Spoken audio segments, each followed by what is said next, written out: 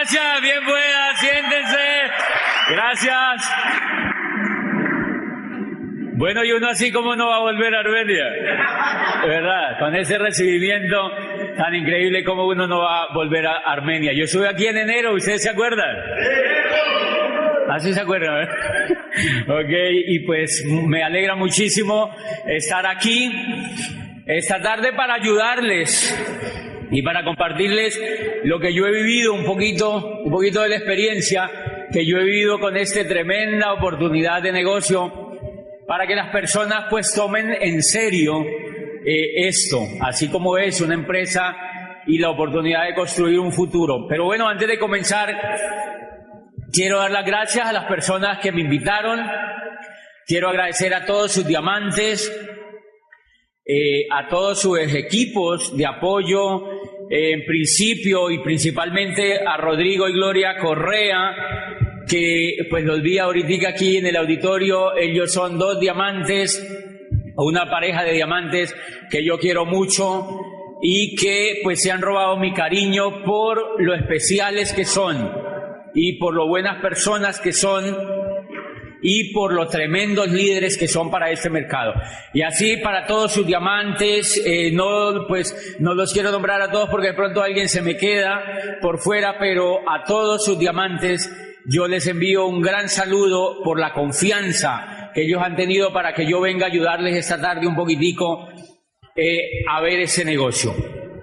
Y a las personas que me ayudaron a llegar a Armenia, les quiero agradecer a Juan David y a Sandra. Mire esta pareja que aquí está Gloria y Rodrigo, no los había visto que ya habían entrado al salón. Y a Sandra y a Juan David, yo los quiero muchísimo y los admiro. Ustedes tienen tremendos líderes que están corriendo con ustedes esta carrera, y correr esta carrera con líderes comprometidos no es lo mismo que correrla sin ellos. Porque gracias a ellos que están corriendo y que están dándole el ejemplo a ustedes, ustedes creen que también se pueden. Hace poquitico en Armenia no había mucho. Y gracias a las decisiones que ellos tomaron, pues este mercado está tomando una forma increíble y de esta ciudad se está hablando mucho. Y quiero agradecerle a las personas que me ayudaron a llegar hoy de Manizales. Yo estaba en Manizales y llegué hoy aquí a Armenia, básicamente a Miguel y a Patricia y a Mélida, que estuvieron preciosos conmigo todo el camino, y a Laura y a Oscar, que han sido mis hosts aquí en Armenia. Muchas gracias a ellos. Yo les pido para todos estos líderes un gran aplauso de agradecimiento.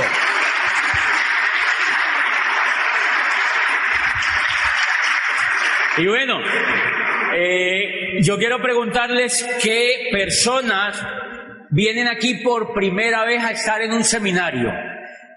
Personas, vamos a verle las manos, levanten las manos personas que están por primera vez, levántenlas los que realmente estén por primera vez. Vale, un aplauso tremendo a estas personas.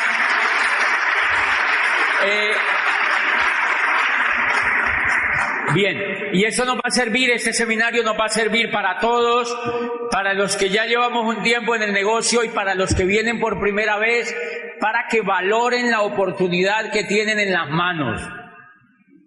Porque yo vi este negocio hace 10 años, un poco más de 10 años, unos 12 años. Yo en la historia les voy a contar un poquitico más, pero a mí me lo presentaron hace unos 10 años. Y yo era rector de una universidad privada en Popayán. Yo hace poquito había cumplido los 27 años, o sea, para que no saquen cuenta, ahí los dejo despistados. Pero yo no vi el negocio porque estaba muy encumbrado como profesional, o sea, yo decía, yo abogado, ya rector de una universidad, pues, ¿qué me voy a poner a hacer eso? Y no lo hice. Y ya en la historia se van a dar cuenta de lo que pasó. ¿Por qué no lo hice? No lo hice porque no entendía. No lo hice por carencia de información y por estar desubicado en el momento histórico en el que estaba viviendo. Porque no tenía información concreta. Porque no estaba ubicado en el momento histórico que estábamos viviendo. Y entonces yo no lo vi por eso, porque no entendía realmente qué tan importante era hacerse un empresario de esta economía. Bien, yo quiero comentarles una cosa que es bastante seria en el tema, pues, económico. Yo les quiero preguntar, señores, a todos, ¿quiénes de los que están aquí creen que es muy importante saber, bueno, no saber economía, pero sí saber, la pregunta es así: ¿quiénes de los que están aquí creen que es importante jugar un papel preponderante en la economía donde uno vive? ¿Quiénes creen que es importante? ¿Verdad que sí? Es una pregunta tonta. ¿Quiénes creen que es importante jugar un papel trascendental en la economía donde uno vive? Todos levantan la mano.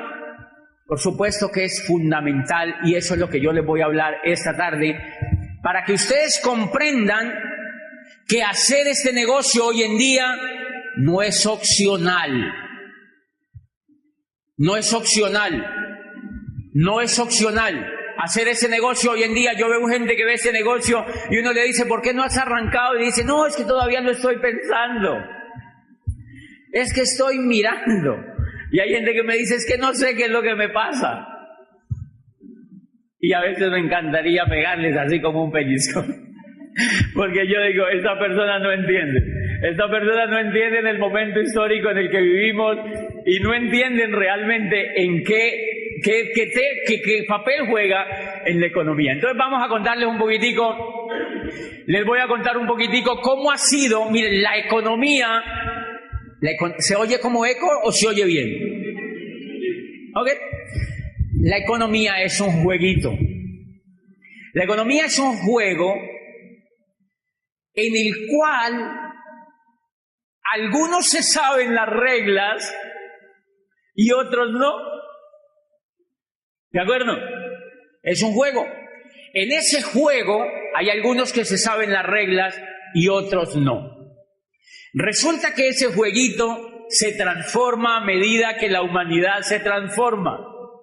Entonces las reglas de ese jueguito van cambiando y hay personas que pierden el olfato de cómo han cambiado las reglas y entonces no pueden jugar bien el jueguito.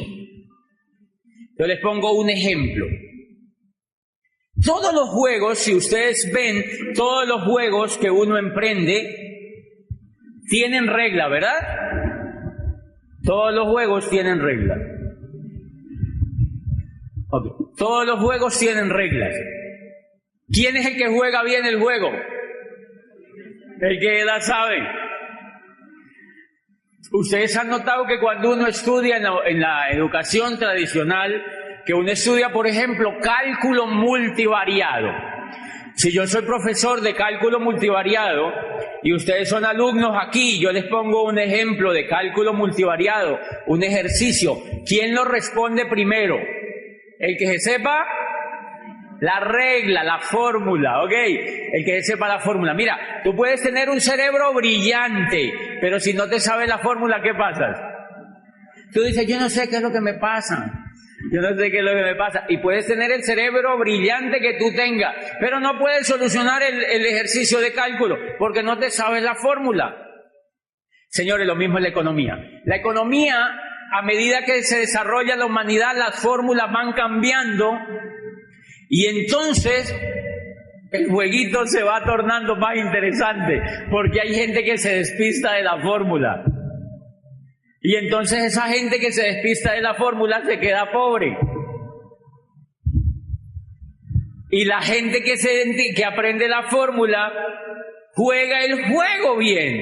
Eso es todo lo que pasa. Entonces en este negocio lo lindo es que tú entras a un instituto de negocios, a toda una universidad que hay a nivel mundial, donde todo el tiempo te están enseñando dónde está la fórmula. Y cómo se juega un jueguito en la economía bastante interesante para jugar un papel importante en la economía. Vamos a ponerles ejemplos de qué ocurre con eso. Miren, ¿se acuerdan que en los pueblos por aquí, por ejemplo por el Quindío, se debe dar muchísimo, En los pueblos, cuando hay ferias, va una persona, en la feria de los pueblos, hay una persona que va al juego en el pueblo con una mesita a la plaza del pueblo, y ¿se acuerdan que él lleva unas tapitas con una bolita? Y el juego se llama ¿Dónde está la bolita?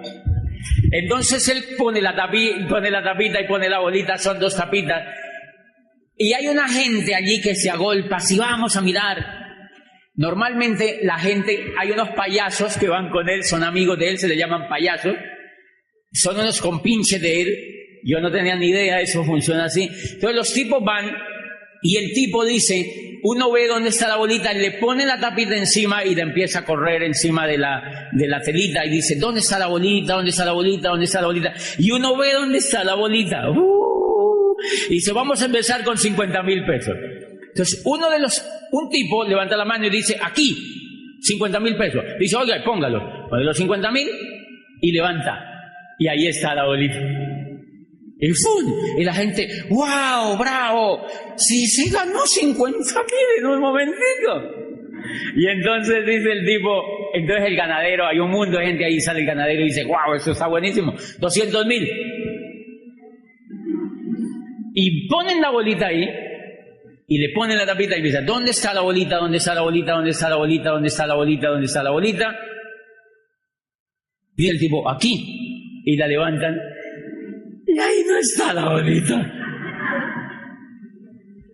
200,000 pesitos. El ganadero se pone muy bravo y se va, lo insulta y salen y se van y los tipos cogen la mesita y se van para Chinchiná. Se van a tumbar otro que... ¿Qué fue lo que pasó? El ganadero perdió el olfato de dónde estaba la bolita. Entonces, ¿qué es lo que hacemos en este negocio? Lo que hacemos en este negocio es volvernos profesionales para saber dónde va la bolita. Y eso es lo que está ocurriendo en la economía. Entonces voy a arrancar ahora a explicarle por qué ese negocio hay que hacerlo hoy en día y no es opcional para las personas hacer un negocio de este tipo. Entonces vamos para que me entiendan el tema de la bolita, cómo ha jugado a través de la historia. Miren, yo les quiero contar una cosa que ustedes ya saben, pero la vamos a recordar. Durante toda la historia de la humanidad, siempre ha existido dinero y por cantidades alarmantes. Los babilónicos, 5,000 años antes de Cristo, millonarios. Desde la época de Nabucodonosor II, hacían hasta los muros que nosotros hacemos aquí para las materas en ladrillo y cemento, allá lo hacían de oro. O sea, ellos no eran como nosotros. Los muros los hacían de oro. Y las estatuas de los libertadores de las ciudades no los hacían de barro como los hacemos nosotros. Los hacían de oro. Eran millonarios. Eran millonarios. ¿Había dinero? Había mucho dinero. Y desde el tiempo de los egipcios había montones de dinero, los babilónicos, los romanos, y desde el tiempo de los griegos y durante todas las etapas del desarrollo del hombre sobre la tierra, siempre ha habido riqueza. Lo que pasa es que esa riqueza solamente la manejan los que saben dónde está la bolita. O sea que el tema de la pobreza y la riqueza es que uno pierde el olfato de dónde va la condenada bolita, eso es todo. Y eso simplemente es lo que ha ocurrido. Entonces mire, hemos vivido 3 etapas durante todo el desarrollo de la humanidad, 3 etapas fantásticas, desarrollo de eras económicas, o sea, el juego de la bolita, digamos que el juego de la bolita primero se llamó parqués, y entonces después cambiaron la regla para jugar el parqués, la segunda vez, y ya vamos en la tercera cambiada de reglas para jugar ese parqués. ¿Cuál es el problema? Que hay gente que está jugando el parqués con la fórmula de la primera. Y dice, ¿qué será lo que me pasa? Hello. O sea, no sabe cómo cambiaron las reglas y por eso la economía de él la tiene achurruscada. O sea, no capta dinero porque sencillamente perdió las reglas de dónde va la reglamentación de ese juego. Pues yo les quiero preguntar, aquí hay administradores, me imagino economistas, ingenieros industriales, la primera gran era del juego de la economía, ¿cómo se llamó? ¿La era agrícola? ¿Cómo era la bolita en el juego de la era agrícola? La bolita en el juego de la era agrícola, ¿quién la tenía? El que tenía la tierra. Entonces el que tenía la tierra tenía la bolita. Los que no tenían la bolita de la tierra, ¿qué era lo que les tocaba hacer? Trabajaban para el que tenía la bolita. ¿Cómo trabajaban para el que tenía la bolita? Eran esclavos. Eran esclavos. O sea que el negocio en la era industrial era tener tierra. Ay, en la era agrícola, perdón. En la era agrícola el negocio era tener tierra. ¿Quiénes tenían la bolita en la era agrícola? ¿Cómo se llamaban los tipos que tenían la bolita en la era agrícola? Se llamaban nobles. Eran reyes. Los terratenientes fueron ahora con los narcos. Pues no, mentira. Realmente, en aquella época, los que tenían la tierra eran nobles. Nobles. Los nobles eran los dueños de la tierra. Eran reyes, príncipes, condes. Y tenían títulos todo el mundo. Y era tan privilegiado tener la bolita de la tierra que ellos se creían enviados de Dios para administrar el mundo. Por eso el rey era capaz de decir, se acuestan todos a las 7 y si no les echo bala. Listo, se acostaban todos a las 7, porque él decía que era una orden de Dios que le había llegado. El rey era divino.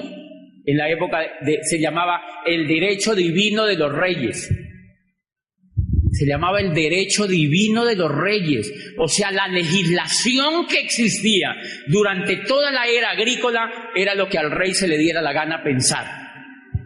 Se me ocurre que todos deben poner a hacerse pan. Ok, hacer pan, porque era el derecho divino del rey. Punto.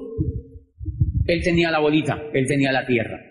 El resto de gente no tenía la bolita. Y miren lo que ocurre. Hacia el siglo XV empieza unas personas, sobre todo de Italia,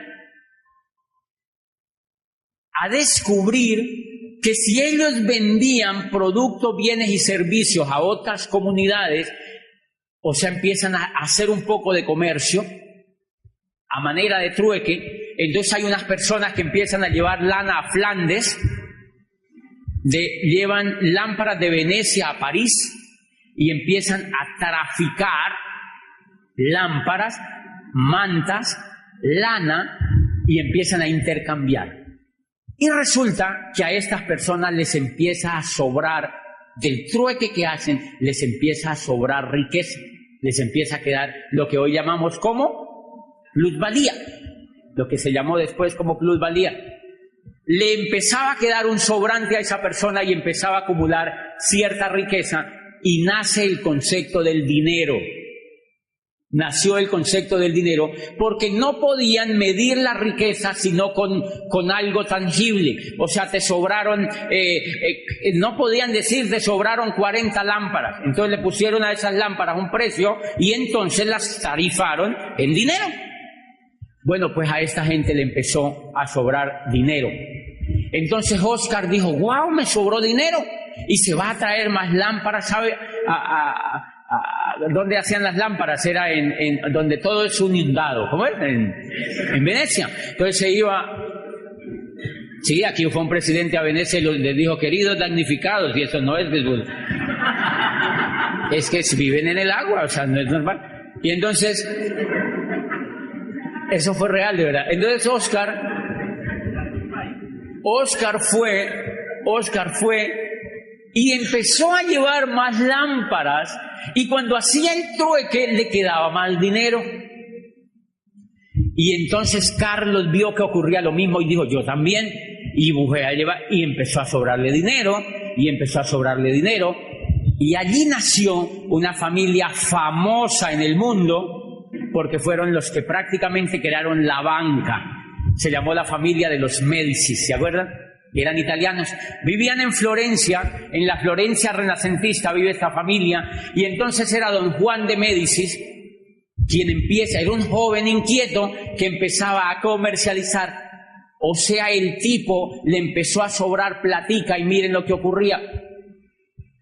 Por aquella época, el valor como era la tierra, el tipo empezó a conocerse el tema del dinero y con ese tema del dinero se empezaron a comprar otras cosas. Entonces la tierra empezó poquito a poquito a perder valor. Porque otros empezaron a entrar en el juego de hacer artesanía, en el juego de vender ya otras cosas, de vender zapatos, de vender mantas, de vender abrigos, de vender pelucas, etcétera, etcétera, etcétera. Y entonces le empezó a sobrar dinero a la gente. Le empezó a sobrar dinero a la gente y se le dañó la cabeza. Y entonces este señor Juan de Médicis, que era el que más le sobraba dinero, se montó en Brujas, lo que se llamó el nacimiento de la banca, porque él empieza a montar allá sedes de la distribución de los bienes y servicios que él traía de otros países para Italia, por ejemplo, y entonces a él le empieza a sobrar más dinero. Y el noble que tenía la tierra, tiene la tierra, pero no tiene dinero. Entonces le dice Juan de Médicis: Su Majestad, yo le presto. No me preocupe, yo le presto. Y el rey le dijo: ¿y cómo le pago? Le dijo el rey, le dijo: no, me garantiza el pago con la tierra. Me lo paga a final de año, este interés. Eso era muy arcaico. Le prestaba al rey o al príncipe, él se iba, le hacía un documento por la tierra, normalmente eran verbales, porque existían los condottieri, ¿se acuerdan? Que eran ejércitos mercenarios. O sea, si no pagaban, tranquilos, los mataban, o sea, no pasaban. O sea que eso no es nuevo, eso no es nuevo. Entonces ellos tenían su propio ejército, y un ejército de eso, nada menos que el conde Felipe Visconti, que vivía al norte de Italia, en Milano, se hizo amigo de un tipo muy joven, muy grande, era un condottiere, era como un militar, y le dijo: venga para acá, trabaje para mí. Y este señor después se casa con su hija y se llamó Francisco Sforza, ¿se acuerdan? ¿Seguro se acuerdan? Se llama Francisco Sforza. Entonces en el norte de Italia viven ellos y los otros viven en Florencia renacentista. ¿Pero a qué viene todo eso? A que entonces el señor de Médicis le prestaba al noble la plata, le empeñaba la tierra al rey, y cuando terminaba el año el rey estaba pelado, entonces no le podía pagar, y le decía a Juan de Médicis: tranquilo, se quedaba con la tierra.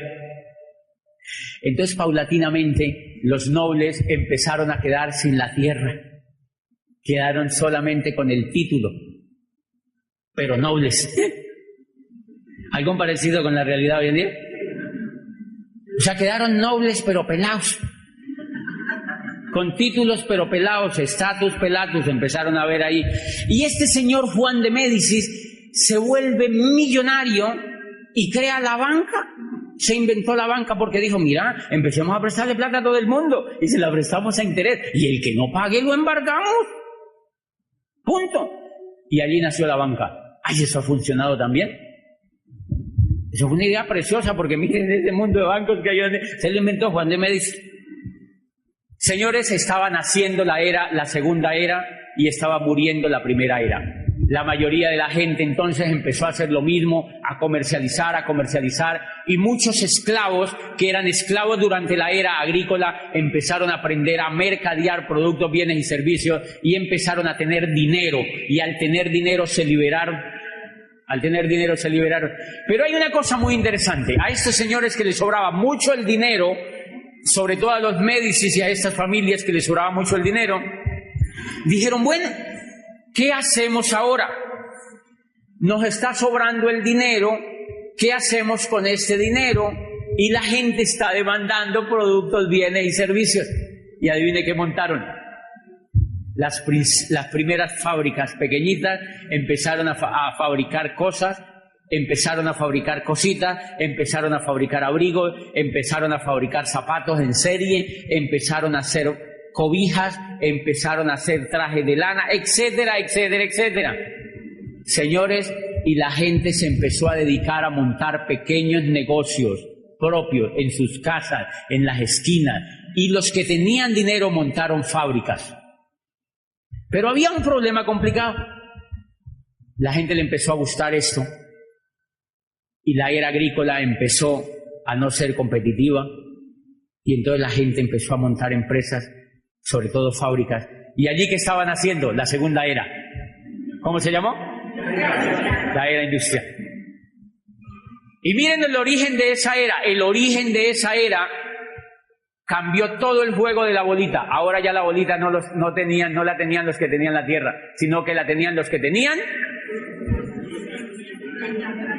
el dinero. Por eso se llamó la era capitalista, señores. Porque el soporte de la era industrial fue el capital. Y entonces con ese capital, ¿qué montaron? Fábricas. Montaron empresas. ¿Ok? Sigue el juego de la bolita. Los que no tenían dinero, ¿qué les tocó hacer? Trabajar para los que tenían dinero. Y bueno, ahí cambió el juego de la bolita para el resto. Había un problema tremendo porque cuando...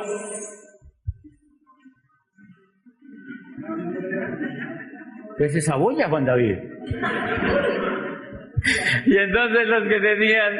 Allí surgió un problema tremendo porque cuando empezaron a montar las industrias, estaba vigente, el sistema que estaba vigente de trabajo era la esclavitud. Entonces ser esclavo en la era agrícola, claro, los que no tenían la bolita de la tierra tenían que ser esclavos. Ser esclavo era buenísimo para los que no tenían la bolita. ¿Por qué? Les daban la comida, les daban el vestido y les daban el techo. Sí, de vez en cuando les pegaban. Pero tenían todo, ¿verdad? Les daban la comida, les daban el techo y les daban el vestido.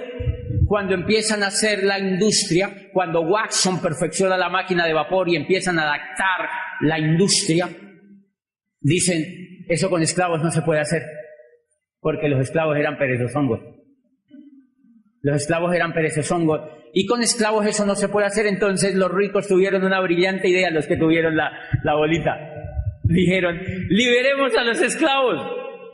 Y empezaron paulatinamente a liberar a los esclavos. Y dijeron, y ahora contratémoslos mediante un sueldo, para que se gasten la plata en lo que ellos quieran, pero en los negocios de nosotros. Qué lindo, ¿verdad? Y entonces mandaron a todo el mundo, liberaron a los esclavos. Váyanse a hacer lo que quieran. Muéranse de hambre, no importa. Y los que quieran trabajar, venga para acá, yo los contrato. Uno, primera condición, le pago lo que a mí me dé la gana porque yo tengo la bolita, usted no la tiene. Entonces estos señores empezaron a pagarle a la gente lo que les daba la gana. Y la gente se empezó a morir de hambre en las calles de París, de Londres, de Florencia, de Roma. Se morían de hambre porque les pagaran, digamos, como lo que es hoy, 50.000 pesos. Entonces la gente con eso tenía que vivir la cultura, tenía que ir a comprar, tenía que pagar la educación y el techo y el abrigo. La gente no podía ni comer con eso y se empezó la gente a morir de física hambre y apareció la primera revolución del trabajo posteriormente. ¿Se acuerdan? La gente se rebotó y salió a la calle. ¿Saben qué hicieron? Quemaron las fábricas en Londres. Quemaron fábricas completas en Italia. La gente rebotada, o sea, los nuevos esclavos. Ahí nació la evolución de la esclavitud. Ya no los llamaban esclavos, los llamaban empleados. Más elegantes, fíjense.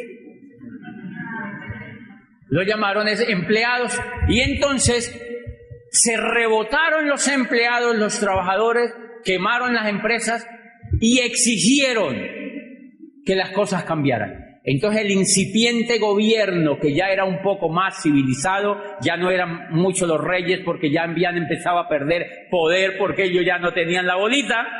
Entonces ya el que gobernaba en Florencia era Juan de Médicis. El rey lo mandaron para el carajo porque él perdió la bolita. ¿Quién lo mandó a no saberse la regla? Entonces chao al rey Y Francisco Sforza en Milano se hizo el duque. Felipe Visconti murió, lo enterraron y él se casó con la hija de Felipe Visconti, era un soldado de él. Y entonces Felipe Visconti se murió y Francisco Sforza lo proclamó el Consejo de Milán como el nuevo duque de Milán. ¿Sí? Francisco Sforza, el que tenía la bolita. Y en Florencia proclamaron a Juan de Médicis y toda esa gente. Ok, cuando la gente se rebota, cuando los trabajadores se rebotan, exigen que cambien las condiciones y el incipiente gobierno entonces sale y dice, ok, ustedes pueden contratar a la gente, la pueden emplear, pero mínimo les tienen que pagar el salario mínimo. Y ahí nació el salario mínimo. Ese es el origen del salario mínimo. Empezaron a tener una noción del salario mínimo. Les dijeron mínimo, les tienen que pagar lo mínimo. Adivinen por qué el salario mínimo es salario mínimo. Para que la gente no se vaya a morir de hambre. Es como para que estén ahí respirando así, como para que al menos medio alcancen a ir a trabajar y se acuesten y vuelven y se paran y vuelven y lleguen y vuelven y se paren y vuelven y lleguen, como para que no les falte el oxígeno al menos papa y yuca comen, arroz, no importa, para que alcancen medio a respirar. ¿Ok? Y les hicieron una segunda prohibición. Les dijeron, ustedes pueden seguir empleando a la gente, les tienen que pagar mínimo el salario mínimo. Y segunda prohibición, no les pueden pegar. Por eso a los empleados no le pegan. Por eso es que a un empleado no le pegan. No le pegan físicamente, pero le pegan psicológicamente. O sea, la violencia cambió. Adivinen qué fue lo que pasó. Sencillamente la esclavitud evolucionó porque perdieron el olfato de dónde iba la bolita. Y hubo una gente que sí supo para dónde iba la bolita y se volvió industrial en esa época. Y entonces hay una cosa que yo les quiero explicar a partir de ese momento. Para eso les cuento esto. Miren, la era industrial estandarizó todo. Trajes en serie, zapatos en serie, correas en serie, cachuchas en serie. Aquí se puede decir cachucha, ¿verdad? Ok. ¿Sí? Es que como yo acabo de venir de Argentina, imagínate. En Argentina cachucha es el órgano femenino, imagínate. Entonces yo allá le dije a una señora, ay, qué linda cachucha. Y la señora me miró re mal y dijo, ay, ¿cómo así la señora? No se puede decir cachucha ya. Casi me muero de la pena allá porque allá no se puede decir cachucha.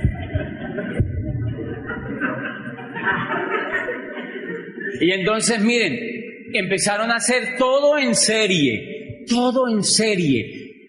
camisetas en serie, sacos en serie, cachuchas en serie, corbatas en serie, zapatos en serie, carros en serie, todo en serie. ¿Qué serie? Proceso. Meten por aquí y salen por aquí, meten por aquí y salen por acá, meten por aquí y salen por acá, meten por aquí y salen por acá. Señores, la educación ha existido durante toda la vida, durante toda la existencia de la humanidad. Y una de las cosas que estandarizó la era industrial, adivine que también fue la educación. Entonces, como en la era industrial todo lo patentaron y lo estandarizaron y lo empaquetaron, la educación también la empaquetaron. Entonces la educación la montaron como empresa y la empaquetaron. Entonces dijeron, ok, un niño tiene que nacer, estar con sus padres un tiempito y después nos lo tienen que mandar al antejardín. Lo metemos por aquí, lo sacamos por aquí. Lo metemos por aquí, lo sacamos por aquí. Ok, y después dijo, ok, yo monto el jardín. Y me lo mandan a mí. Y entonces lo metemos por aquí y lo sacamos por aquí. Y después dijo, y después sigue la escuela.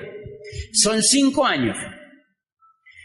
Tiene que ir 5 años allá y yo le enseño lo que yo quiero, no lo que él quiere. Lo metemos por aquí y lo sacamos por aquí. Y después sigue. Entonces empaquetaron cómo ser profesional. Durante todas las épocas de la humanidad ha habido médicos. Hipócrates era médico, señores. Pero él no fue a la facultad de medicina y es el padre de la medicina. Allá no habían universidades, por fortuna. Pero él es el padre de la medicina. En la era industrial dijeron, empaquetemos la medicina y la vendemos como producto. Los metemos por aquí, les hacemos ir 10 semestres por aquí, por aquí, por aquí, por aquí, por aquí, y los sacamos por aquí.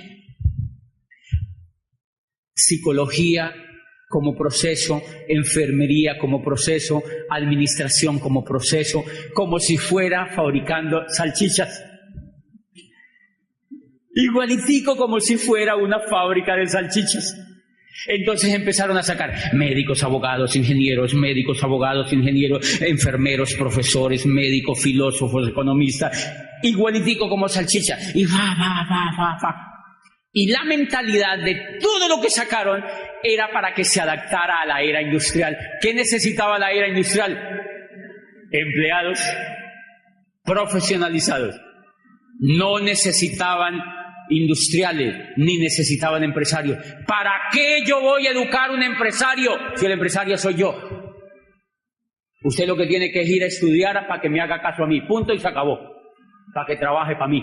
Por eso entonces la educación, en ninguna parte le hablan a usted de que usted estudia para que se vuelva empresario. Le dicen, no, cállese y siga estudiando, porque usted sale a trabajar para otro. Entonces miren los títulos: administrador de empresas. No le dicen creador de empresas, sino administrador de empresas. O sea, para que sea pobre toda la vida, para que le administre la empresa a otro. Porque usted lo vamos a educar para que usted sea pobre, para que trabaje para otro. Punto, y se acabó. Y yo le pregunto a los jovencitos, ¿qué estudias? Administración de empresas. Y yo digo, ay, Dios mío, si supiera. Hello. Pero yo no sabía esto, señores. Y entonces empezaron a sacar ingenieros, médicos, abogados, psicólogos, administradores, economistas, como si fueran salchichas. ¿Cuál es el gran problema?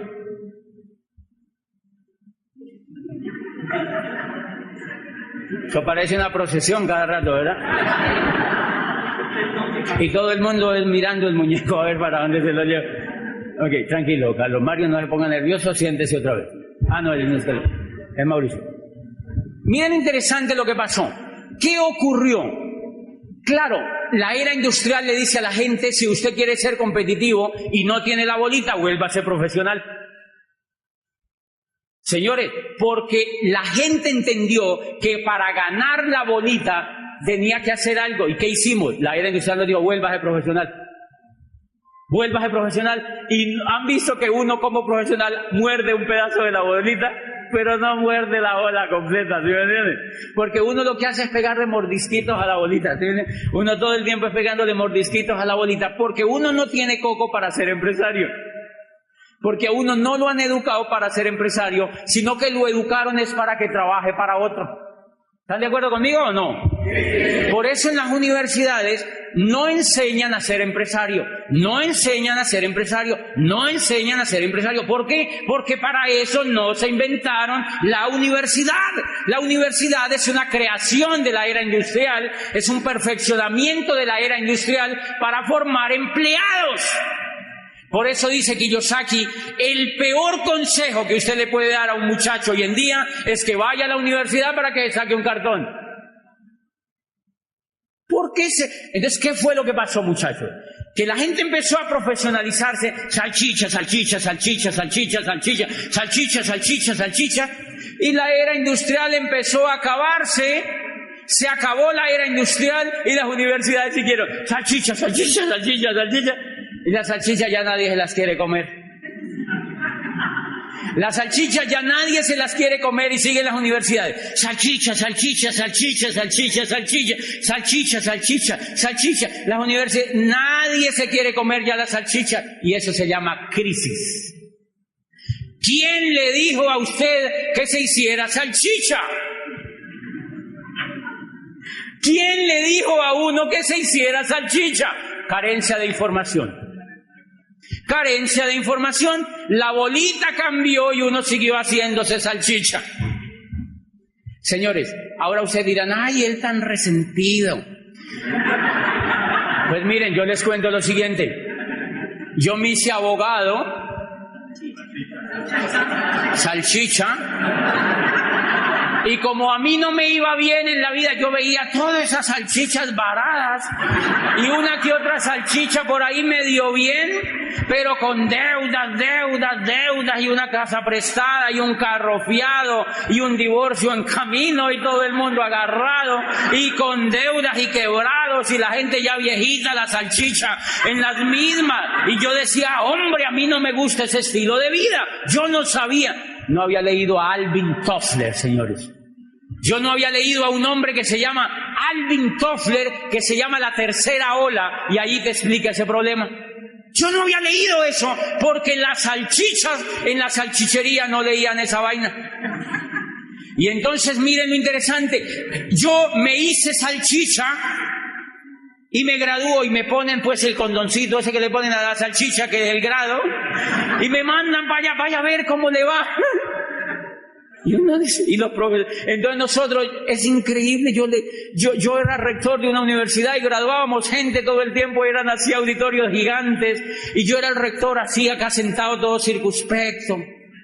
Y todos los aquí, los decanos y los profesores y los padres de familia, ya todo el mundo. Y entonces nosotros graduábamos y pasen salchichas, pasen salchichas, pasen salchichas, pasen salchichas. Y entonces uno lo graduaba y uno les daba un abrazo, una palmada en la espalda y decía, vayan a ver, ¿para qué consigue?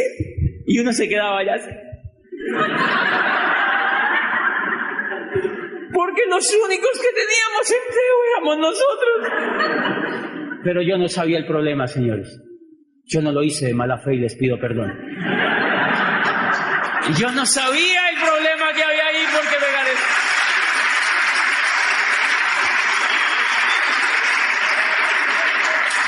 Me faltaba información. La información es impresionante. No cualquier tipo de información. No es cualquier tipo de información la que hace falta. Y entonces yo sí veo a esos muchachos en la calle. No hay nada, dicen. No hay nada. Señores, los muchachos están regalando por 700,000 pesos. Estas empresas, y no es culpa de las empresas, es culpa de nosotros, los mismos papás y la misma cultura, por ignorantes, porque no nos hemos puesto en la tarea de averiguar y de hacer todo lo que hace Vicente. ¿Para dónde va la gente? ¿Para dónde va Vicente? ¿Para dónde va la gente? Y entonces, mi amor, ¿qué vas a hacer ahora? Vuélvete profesional. Y el muchachito dice, profesional, yo también. Porque él como que intuye, dice, salchicha, yo también. Señores, ¿saben por qué los niñitos no quieren estudiar? Porque no les gusta el estilo de vida que llevan sus papás. Los niños no quieren ir a la escuela. Me impresionó ahora en Nueva York, yo estuve ahorita en Nueva York, en una gira que me tocó hacer con este negocio, y yo le hablé a más o menos 3,000 personas en Nueva York, y les contaba una cosa que me impresionó. Todos los días en el hotel donde yo estaba veía un comercial de televisión donde salía pagado por el Estado, comerciales diciéndole a los jóvenes, por favor, vayan a la escuela. Por favor, completen el bachillerato. Por favor, vuélvanse salchichas, por favor. Porque no quieren ir los jóvenes a la escuela. Porque ellos no son tontolongos, ellos ya saben. Ellos intuyen algo, que el mundo ya no es como los papás vivieron. Ese es el gran error que estamos cometiendo con la juventud, haciendo que ellos hagan lo mismo que nosotros hicimos, así no funcione. Si nosotros ya nos dimos cuenta que no funciona, nosotros ya nos dimos cuenta que eso no funciona. Entonces, ¿qué pasó? Habrá gente que diga que, ay, pero él cómo habla de eso. Pues señores, yo me hice abogado y como no le pegaba la bolita, ni yo veía que los demás le pegaban, entonces yo dije, me voy a hacer psicólogo. O sea que me hice salchicha vienesa. Yo ya era salchicha vienesa. Y como yo veía que esa vaina no iba para ningún lado, entonces me fui a especializarme. O sea, me fui a empaquetarme más, ¿no? A ver si me comía alguien. Me fui a empaquetarme más y me fui a especializarme. Y yo veía que esa vaina no daba y que no daba, y yo veía gente especializada, pelada, Yo dije, no debe ser. Yo había leído una cosa que Drucker decía, dice, la sociedad del futuro no se divide entre los que tienen y los que no tienen, sino entre los que saben y los que no saben. Entonces yo decía, yo ya estudié 2 carreras, hice posgrado, debe ser que me falte el doctorado. O sea que renuncié a mi trabajo y me fui a hacer un doctorado en Europa, o sea, hacerme salchichón. Me quería hacer salchichón cervecero, ¿eh? Señores, pues descubrí después de tanto darme que lo que Drucker decía eran los que saben dónde está la bolita. Y si hay algo que perdió el olfato total de dónde está la bolita es la educación, con todo el respeto. Pero perdió el olfato donde está la bolita. Por eso yo siempre he dicho que lo lamentable de esto es que los profesores en general que educan a los jóvenes son pobres. Y los profesores enseñándole administración a los muchachos, finanzas a los muchachos, y estos muchachos están quebrados. Los profesores, ellos se suben por delante al bus y ellos se suben por detrás. O sea, digamos que hay lo que yo siempre he dicho, una incoherencia total allí, porque sencillamente, ahora y ustedes dirán, ¿y eso por qué sigue existiendo? Señores, porque la era agrícola todavía existe para mucha gente. La era agrícola ya acabó hace 5 siglos y todavía sigue, hay gente que vive del campo. ¿Quién dijo que no se podía? No pasa nada. Lo que pasa es que depende de lo que tú estés buscando. Entonces ustedes dirán, pero ¿y por qué entonces hay universidades y colegios? Sí, porque eso es muy buen negocio, porque hay mucha gente que le gusta hacerse salchicha todavía. Claro. Por ejemplo, las universidades públicas son un excelente negocio. ¿Para quiénes? Para el rector, para los profesores, 10.000 profesores viviendo con sueldos bacaneados ahí, ¿sí me entiendes? ¡Chévere! Páseme plata. Y nosotros pague impuestos. Y saquen salchicha. ¿Qué importa que no me las quiera comer? Eso no importa. Más salchicha, venga para acá. Más materia prima. Han visto que las universidades están poniendo ya. ¿Cuándo ustedes habían visto las universidades poniendo publicidad? Yo llego a mi Popayán querida y yo veo en la universidad donde yo estudié una valla gigante. Venga a estudiar una carrera del futuro. Y yo digo, ay, esas salchicherías están como mal ya. Porque tienen que ponerle a la gente ya publicidad como si fueran cremas de dientes las carreras. Porque los muchachos no quieren. Los muchachos no quieren. Bien, ¿a qué viene todo esto? ¿A qué viene todo esto? A que en este negocio, señores, y me encanta, yo ahorita me presentaron un muchachito que tiene 17 años y él está decidiendo estudiar su carrera. Yo digo, pues estúdiela, o sea, hágale. Vuélvase salchicha, mi amor, o sea, hágale, pero después no se queje. Si a mí me hubieran dicho esto antes, entonces ¿a qué viene todo esto? Que tú cuando entras a este negocio, miren la percepción equivocada de la mayoría de la gente allá afuera. La gente allá afuera, en su mayoría, cree que usted entra a este negocio a vender productos. ¿Sí me entiende?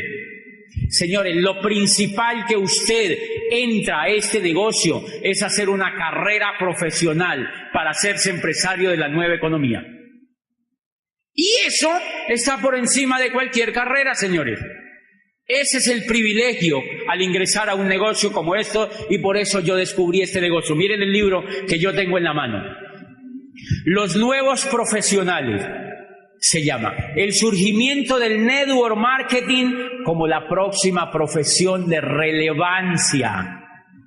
O sea que este muchachito que me preguntó hoy si él le gusta este negocio, él podría darse el lujo de no hacer ninguna carrera y estudiar esto como una carrera profesional, porque aquí no le van a dar título.